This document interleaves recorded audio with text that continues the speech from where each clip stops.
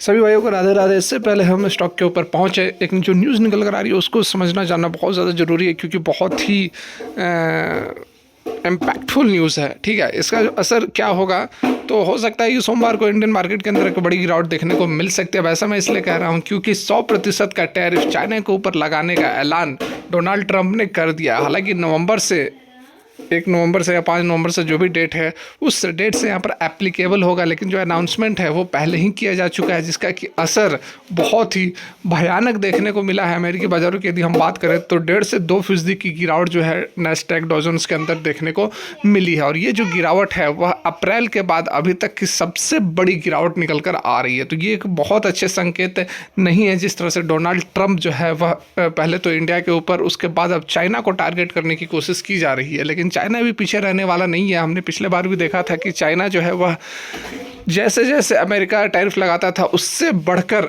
China America के ऊपर tariff लगाता था। तो इस बार भी हमें उसी तरह का कुछ देखने को मिलेगा, क्योंकि दोनों जो देश हैं वो एक वर्ल्ड लीडर है। ठीक है, एक बहुत बड़ी अर्थव्यवस्था है दोनों ही कंट्रीज़ की। तो इस तरह का हमें एक ग्लोबल ट्रेड वार भी देखने को मिल सकता है, जो कि अच्छा नहीं होगा। ठीक है, तो वो तो देखने वाली बात होगी कितनी गिरावट होती है। कुछ ना कुछ तो गिरावट होती है, जहाँ हो सकती है, जहाँ तक मुझे लगता है। ये तो हो गई न्यूज़ की बात, लेकिन इन सब गिरावट के बीच में आपको जो स्टॉक्स है चुन कर लाता हूं जो कि बहुत ज़्यादा इम्पैक्ट नहीं होते हैं इन गिरावट का, और लॉन्ग टर्म या शॉर्ट टर्म में आप होल्ड करोगे तो डेफिनेटली ज़बरदस्त मुनाफा आपको होने वाला है। चलिए स्टॉक के ऊपर चलते हैं।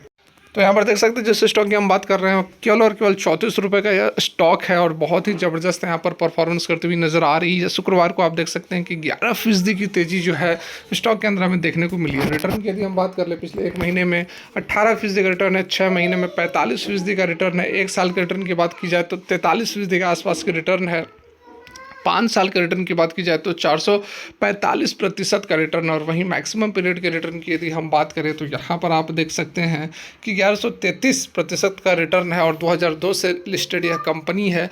एक चीज़ यहाँ पर आप देखो कि स्टॉक जो है वो इसका ऑल टाइम जो हाई रहा है वो अराउंड यहाँ पर देख सकते हो आपकी ऑल टाइम जो हाई है वो 35.55 के आसपास है, जो कि 2 फरवरी 2024 को था। ठीक है, उसके बाद यहाँ पर फिर से उस लेवल को ये अचीव करने की कोशिश कर रहा है। 35.55 ऑल टाइम हाई है इसका, और अभी जो है यह 34.30 पर यह पहुँच चुका है। तो 35.5 के लेवल को यदि तोड़ देता है तो उसके बाद एक बड़ी रैली हमें स्टॉक के अंदर देखने को मिल सकती है, क्योंकि काफ़ी दिनों से यह कंसोलिडेट कर रहा है। इससे पहले भी आप देख सकते हैं कि लगभग 30 रुपये के लेवल तक हमें ये 2017 में देखने को मिला था। उसके बाद एक बड़ी फॉल हुई थी, फिर से इसने अचीव करने की कोशिश की, लेकिन उसके बाद 2024 में इसने 35 रुपये के लेवल को टच किया। उसके बाद फिर से एक बड़ी करेक्शन देखने को मिल रही है, और फिर से अब जो है ये जाकर अपने पिछले हाई को अचीव करने की कोशिश कर रहा है। तो यहाँ पर यदि हम एक ट्रेंड लाइन ड्रॉ करने की कोशिश करें तो यहाँ पर आप देख सकते हैं हमने जो है एक ट्रेंड लाइन ड्रॉ किया है, और इस ट्रेंड लाइन में आप देख सकते हैं कि ये जो है एक रेसिस्टेंस फेस कर रहा है। हर दफ़ा जो है यहाँ पर रेसिस्टेंस फेस किया, यहाँ रेसिस्टेंस फेस किया, यहाँ पर रेसिस्टेंस फेस किया। अब जाकर इस लेवल पर यह रेसिस्टेंस फेस कर सकता है। यदि इस लेवल को यह तोड़ता है तो उसके बाद ये आप नोट डाउन कर ले, इस लेवल को यदि तोड़ता है, ट्रेंड लाइन का जो रेसिस्टेंस है इसको यदि यह तोड़ता है तो उसके बाद एक अच्छी खासी रैली आपको देखने को मिल सकती है। क्योंकि जो कंपनी मैं अभी आपको बताने वाला हूँ, कंपनी छोटी मोटी नहीं है, कंपनी काफ़ी अच्छा, और अपने ये बैंकिंग सेक्टर की कंपनी है, अभी मैं आपको बता दूं, और अपने ये बहुत सारे फैक्टर्स को, ठीक है, या फिर एनपीए की बात कर लो, या फिर डिपॉजिट्स की बात कर लो, या फिर लोन्स की बात कर लो, तो उन सभी पैरामीटर, उन सभी फैक्टर्स को इसने बहुत अच्छे तरह से सुधारने की कोशिश की है। ठीक है, तो यहाँ पर देखिए मार्केट कैप जो है वो लगभग 9,000 करोड़ के आसपास की मार्केट कैप है। स्टॉक की पी 6.74 है। डिविडेंड यील्ड वगैरह कोई खासा है नहीं। आरओसी आरओई जो है वो ठीक ठाक है। यहाँ पर इंडस्ट्री का पी 12.9 है, तो इंडस्ट्री के पी से भी यह नीचे चल रहा है। प्रमोटर की होल्डिंग नहीं है, और वॉल्यूम काफ़ी अच्छी है, करोड़ों में यहाँ पर वॉल्यूम ट्रेड हो रहे हैं। 1,14,650 करोड़ के डेब्ट है, जो कि एक निगेटिव फैक्टर है, बहुत बड़ा निगेटिव फैक्टर है। लेकिन जैसा कि मैंने आपको बताया कि इसने इन डेब्ट वगैरह को काफ़ी कम किया, जो कि अभी हम समझने वाले हैं। ठीक है, कैश इक्विवेलेंट वगैरह देख सकते हैं 6,000 करोड़ के आसपास का है। रिटर्न वगैरह मैंने आपको दिखाया ही। एफआईज और डीआईज की होल्डिंग्स काफ़ी अच्छी यहाँ पर बनी हुई है। 17% की एफआईज की होल्डिंग और डीआईज की होल्डिंग 11.1% की बनी हुई है।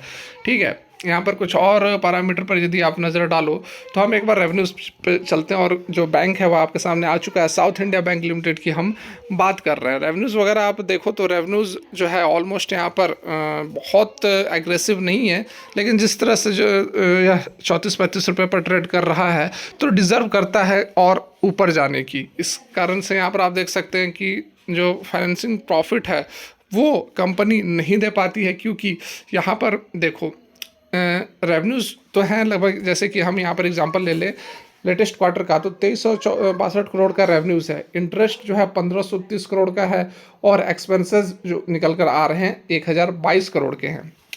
तो यहाँ पर जो प्रॉफिट है वह निगेटिव हो जा रहा है। अब इंटरेस्ट क्या है, इंटरेस्ट कंपनी को देने पड़ रहे हैं, क्योंकि कंपनी का जो इतना बड़ा डेप्ट है, इतना बड़े जो कंपनी ने लोन ली हुई है, उसके कारण कंपनी को जो है इंटरेस्ट पे आउट करना पड़ता है, जिसके कारण कि बहुत ज़्यादा जो है प्रॉफिटेबल कंपनी निकल कर नहीं हो पाती है। ठीक है, यहाँ पर एनपीए वगैरह को आप देखो, जो कि मैं आपको बता रहा था कि अपने पैरामीटर को काफ़ी अच्छा कंपनी ने किया है। तो देखो बैंकिंग में सबसे ज़रूरी क्या होता है, एनपीए नहीं बढ़ना चाहिए, नॉन परफॉर्मिंग एसेट जो कि येस बैंक के साथ हुआ, ठीक है, वो नहीं बढ़ना चाहिए। तो यहाँ पर आप देख सकते हो ग्रॉस एनपीए की यदि हम बात कर ले या फिर नेट एनपीए की बात कर ले, तो लगातार जो है वह घटता हुआ नजर आ रहा है।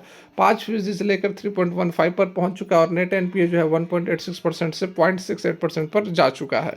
तो ये जो है काफ़ी अच्छी यहाँ पर बातें हमें नज़र आ रही है। कुछ और पैरामीटर पर यदि हम नज़र डाल दें तो नेट प्रॉफिट वगैरह आप देख सकते हैं, सारा कुछ यहाँ पर अवेलेबल है। तो अब यहाँ पर देख सकते हैं आईसीआईसीआई डायरेक्ट ने क्या कुछ कहा है, फर्दर अपसाइड स्टॉक के अंदर देखने को मिल सकता है। साउथ इंडियन बैंक जो है 11% की तेजी के साथ 52 वीक हाई पर ट्रेड करता हुआ नजर आ रहा है। ठीक है, यहाँ पर आप देख सकते हो आईसीआईसीआई डायरेक्ट के अकॉर्डिंग बैंक जो है एक सिग्निफिकेंट टर्न अराउंड से गुजर रहा है 2022 से। ठीक है, प्री 2020 को जो कोरोना हुआ था उसके बाद से काफ़ी अच्छी तरह से बैंक जो है अपने कारोबार को संभाल रहा है। यहाँ पर आप देख सकते हैं पुस्ट ग्रॉस नॉन परफॉर्मिंग एसेट जो जीएनपीए है उसको 5.9% पर ला दिया है। ब्रोकरेज फर्दर कह रहे हैं कि साउथ इंडिया बैंक जो है वह डी रिस्क कर रहा है अपने बैलेंस शीट को शार्पली। उसके साथ में जो लिगेसी स्ट्रेस्ड बुक्स हैं, मतलब कि जो लोन्स वगैरह हैं, जो डेब्ट वगैरह हैं, जो बैड लोन्स हैं, उसको यहाँ पर कम कर रही है ना। देख सकते हैं कि अपने स्ट्रेस्ड बुक को 65,349 था, उसको कम कर कितना कर दिया है, तो 16,973। ठीक है, मतलब क्या हुआ कि जो वैसे लोन्स थे जो कि रिस्क में थे जो कि एनपीए में कन्वर्ट हो सकते थे, उसको कम किया गया है यहाँ पर। उसके बाद में जो जीएनपी है उसको भी 3.2% कर दिया गया है। नेट एनपीए है वो 0.9% कर दिया गया है। इम्प्रूव्ड प्रोविजनिंग कवरेज रेशियो को 85% कर दिया गया है। ठीक है, उसके साथ आप देख सकते हैं कि bank newly organised retail originated retail MSME selective corporate portfolio remain strong with GNP of just 0.46%. Enhanced underwriting standard, digital leading platforms and improved collection have contributed to a reduction in fresh slippage. मतलब जो slippage है उसको कम किया गया है 1.5%। fresh slippage मतलब कि जो लोन जो है वह जो कन्वर्ट हो सकते थे एनपीए में, उसको स्लिपेज कहते हैं, उसको कम करके 1.5% यहाँ पर किया गया है। आईसीआईसीआई डायरेक्ट फर्दर बता रहा है कि मैनेजमेंट जो है वह रीबैलेंस कर रहा है, लोन मिक्स को रिड्यूस कर रहा है, कॉरपोरेट एक्सपोजर को रिड्यूस करके 42% से 35% कर दिया जाएगा 2027 तक। उसके साथ में एमएसएमई को एक्सपेंड किया जाएगा, मतलब कि जो लघु कुटीर उद्योग हैं उनको एक्सपेंड किया जाएगा, उनको लोन देना एक्सपेंड किया जाएगा। रिटेल सेगमेंट को लोन देने का जो प्रक्रिया उसको एक्सपेंड किया जाएगा, जो कि 41% टोटल एडवांसेस का है एट प्रेजेंट 2025 में।